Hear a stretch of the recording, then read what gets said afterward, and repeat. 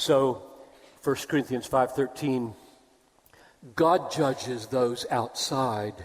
Remove the evil person from you. That's the limit of our power in the church. We put them outside the church and say, if you want to worship another God, you don't eat the Lord's Supper here, and you don't call yourself a member of this communion because we worship Jesus here. And God will deal with you out there, and we would lay down our lives to bring you back in here. But here, we don't worship false gods, and we don't live like we do. Or Romans 12, beloved, never avenge yourselves. Leave it to the wrath of God. But now, here in Israel, under this regime, revealing these timeless realities of God's justice, the seriousness of sin, the punishments that are coming, take them out. Verse 40. Elijah said to them, seize the prophets of Baal, let not one of them escape. And they seized them, and Elijah brought them down to the brook Kishon and slaughtered them there. And Elijah said to Ahab, go up, eat and drink, for there is the sound of rushing rain. So Ahab went up to eat and drink. So God had promised in verse 1, I will send rain on the earth. And now almost everything is in place for the rain. God has showed up. Baal has been exposed as a false god. The people of God have symbolically been crucified, made nothing in comparison to God, with the stones being incinerated. And there only remains one more thing to happen, namely this rain, in God's mind, must be the answer to prayer. I don't know. This just comes to my mind. When I read Matthew 9:35 to 38, where Jesus says, the harvest is plentiful, the laborers are few. Pray the Lord of the harvest to send out laborers. I always look at that and say, are you kidding me? I am a hired hand. I'm a slave on the farm. And you own the farm. You understand farming. You know the harvest. You know what it takes to gather a harvest. Why are you telling me to tell you to send laborers? Isn't that crazy? Isn't that wonderful? I mean, prayer is weird. Prayer is awesome. God has a purpose to gather his people, and he says, ask me to send laborers to gather my people. Ask me. Ask me. And here, he knows he's going to send rain. Rain is coming. He's promised it. Now, you go up there and get down on your knees, and if it takes 7 times, I'm not doing it until you ask me and show that you are persevering in prayer. That's amazing. Be men of prayer. Be men of prayer. Verse 42, Elijah went up to the top of the Mount Carmel, and he bowed himself down to the earth and put his face between his knees, and he said to his servant, go up now and look toward the sea. And he went up and looked and said, there's nothing. You ever done that? And he said, go again 7 times. And at the 7th time, he said, behold, a little cloud like a man's hand is rising from the sea. And he said, go up, say to Ahab, prepare your chariot and go down, lest the rain stop you. And in a little while, the heavens grew black with clouds and wind, and there was a great rain. And Ahab rode and went to Israel, and the hand of the Lord was on Elijah. And he gathered up his garment and he ran. He didn't limp. You don't limp when you follow Jesus. I don't care if you're in a wheelchair. You don't limp when you follow Jesus. You run. before Ahab to the entrance of Jezreel. He ran before the rain. He didn't limp. He didn't hobble. He ran. Now, that's the story. Let's step back and ask, so, what's the main point? And like I said, I don't mean to imply that all the other observations we've made are not valuable, and there are many others. But what's the main point? The one that everything else is supporting and leading toward. And I mentioned as we were going that I think it's in verse 37, because Elijah himself says, this is what I want the people to know. Right? I mean, it's just, not all stories are this clear. But the prophet himself opens his mouth and gathers the whole thing together and says, God, make them know this. Make them know this about all this. So what is that? Verse 37. Answer me, O Lord, answer me, that this people may know. Know what? Two things. Number one, that you, O Lord, are God. You are God. You're not an idea. You're not a memory. You're not a tradition. You're not a religion. You're not a projection of our imagination. You're not a force. You're not an archetype. You're not a symbol.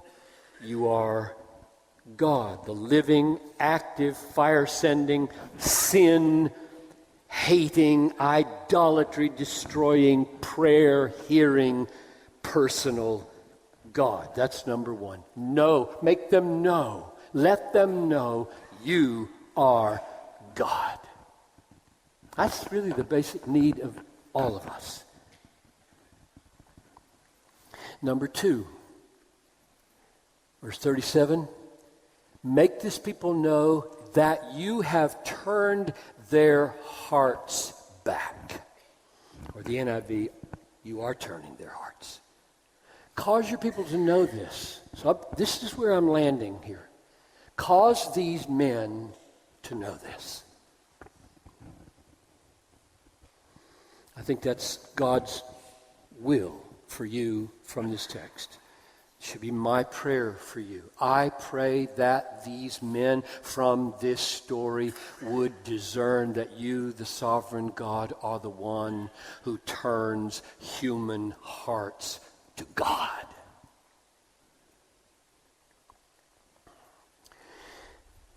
So their hearts had betrayed God, spurned God, belittled God, devalued God, loved other things more than God.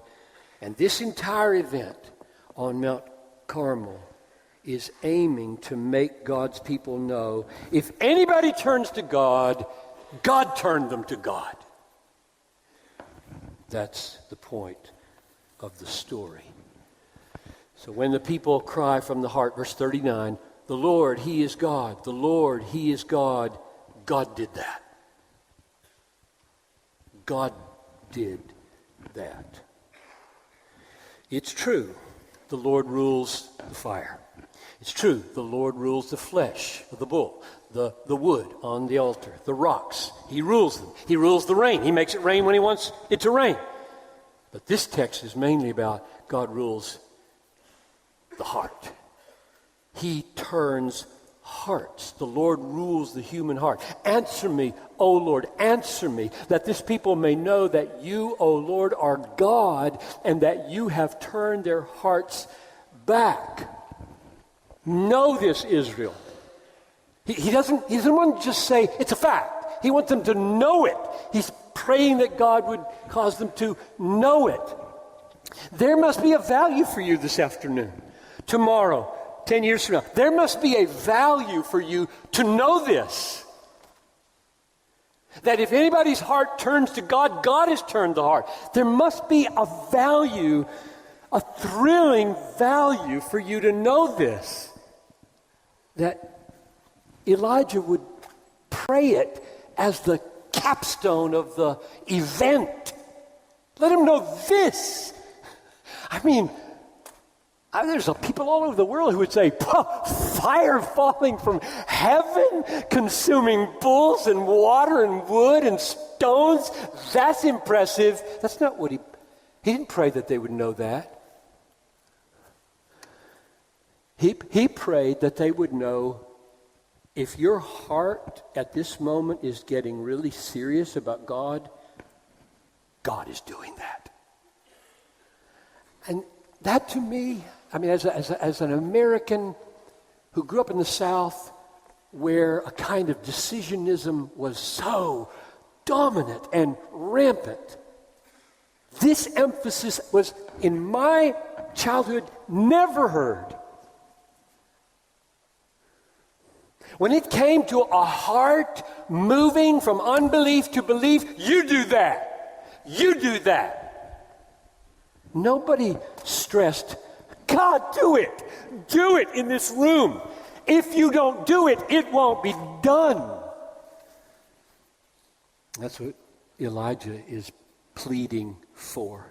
Now you would think that at this amazing high point of his experience, that Elijah had become super confident in God to do his sovereign will among men. But you get over to chapter 19, verse 14.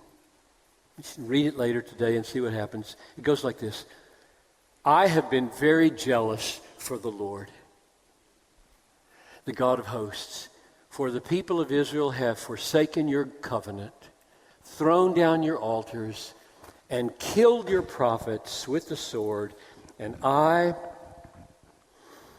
even I only, am left, and they seek my life to take it away. You say, Elijah,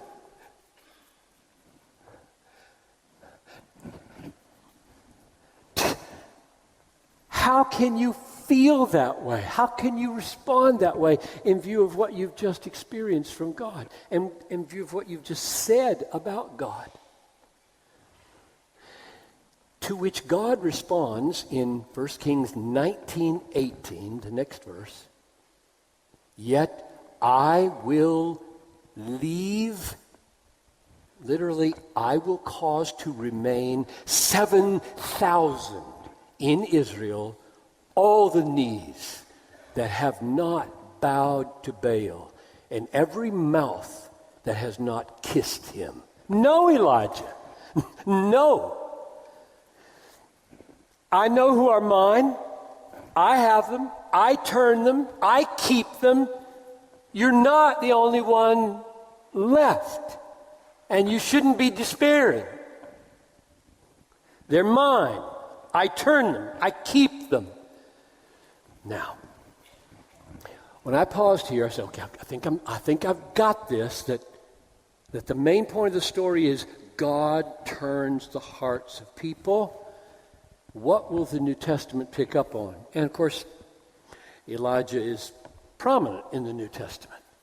But the main point of the story, if I'm on the right track, verse 37, is picked up on in Romans 11. Paul looks around at his day, perhaps Elijah-like, and what does he see? Messiah has come, and the people of Israel, almost en masse, have rejected him.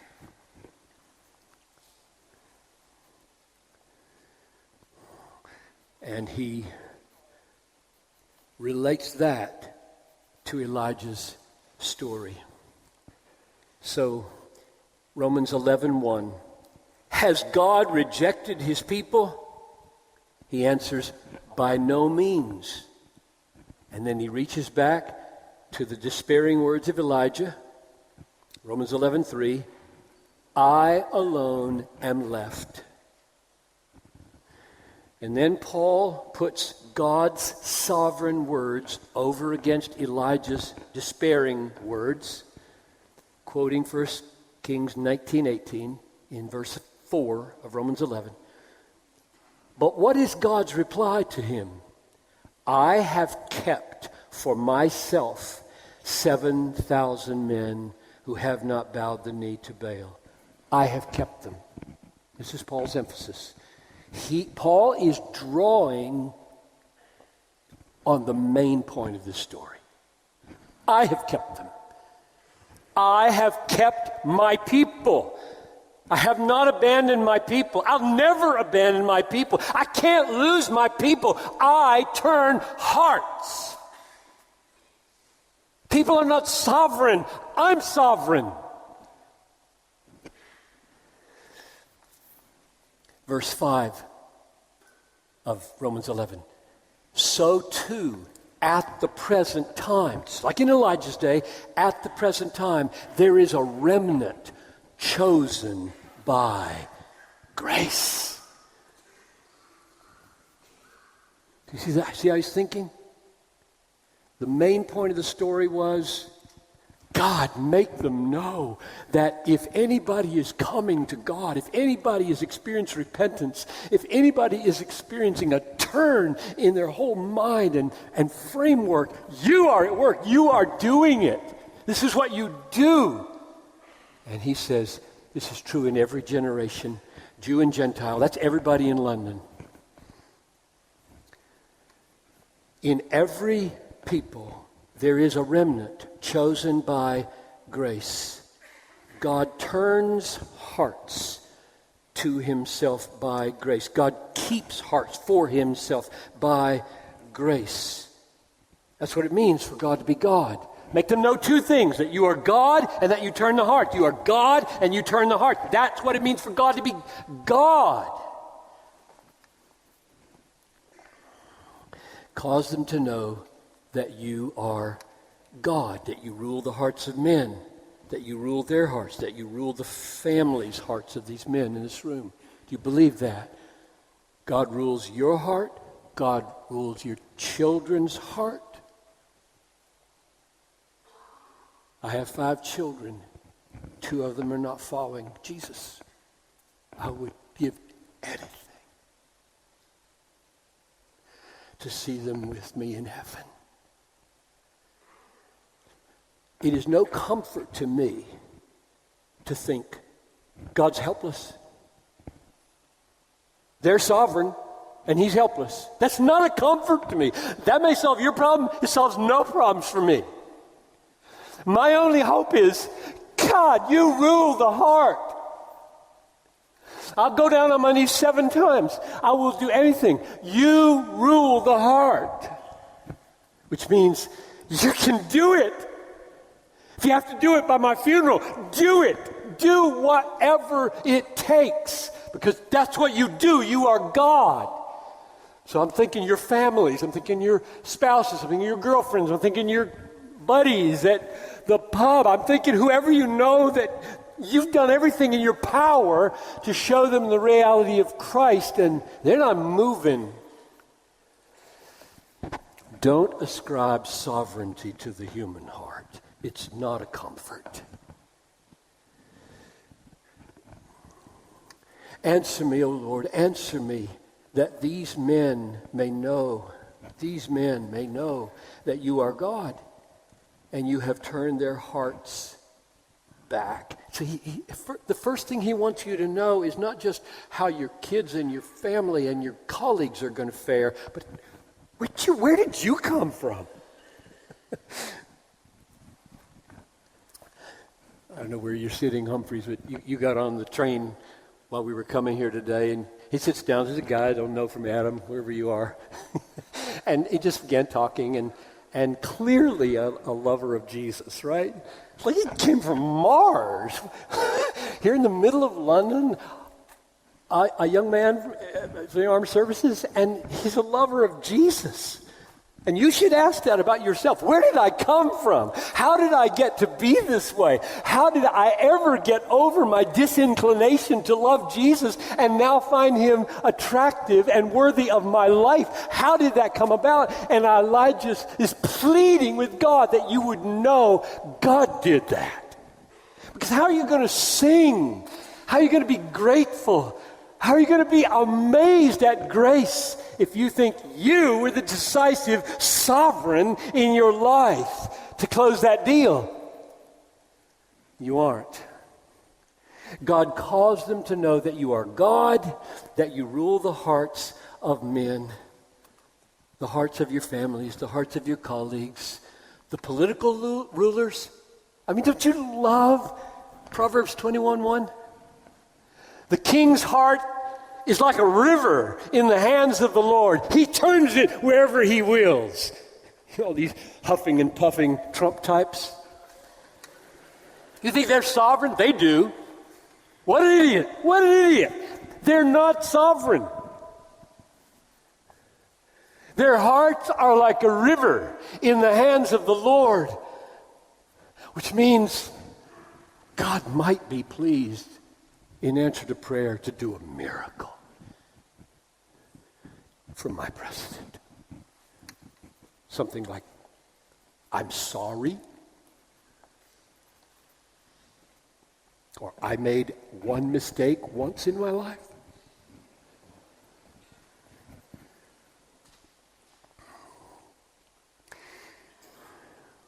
It is not a comforting thing to solve the problems of the world by ascribing sovereignty to human beings. So as you look out across your nation, this city, and you may fret about secularization or Islamization, Lord, cause these brothers to know you rule the hearts of men. All of them, all the hearts in this city are in God's hands.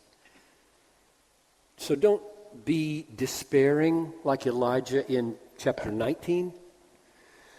Be like the God-entranced Elijah of chapter 18. Don't say, they have turned all your churches into shops and theaters and condos, and I alone am left with my little flock, my friends, my spiritual resilience. No, double no. You're not the only one, and it wasn't your spiritual resilience that kept you from falling away. I was talking with Richard Koken last night, or no, it was this morning at the breakfast table, and I said, I find one of the most revealing questions to ask people all over the world, what makes you think you're going to be a Christian when you wake up in the morning? Why do you think you'll be a believer tomorrow morning? And the answer to that question is so revealing. And the point of this text is, if you wake up a believer tomorrow morning, God did that. We sang it. He will hold me fast. I love that song. That's my new favorite. I got so many favorites. He will hold me fast. And the older I get, I'm 72. I really believe he's done that for 72 years. I have woken up a believer, 72 times 365? How many miracles can you experience and not be glad?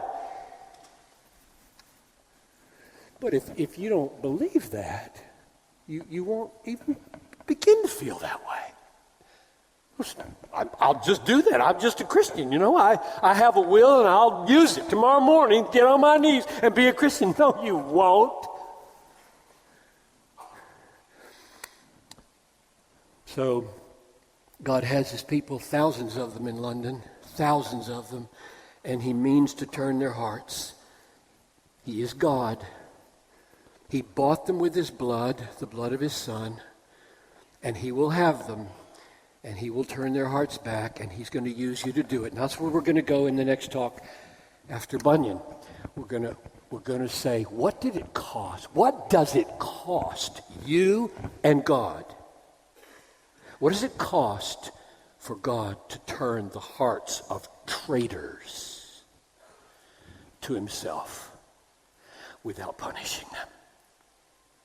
Let's pray.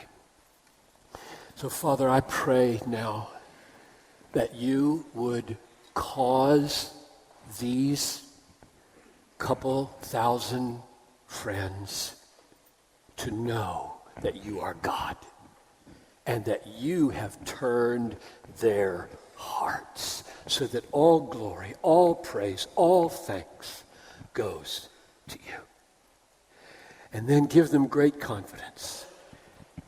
You can save anybody. Nobody is too hard for you. I pray this in Jesus' name.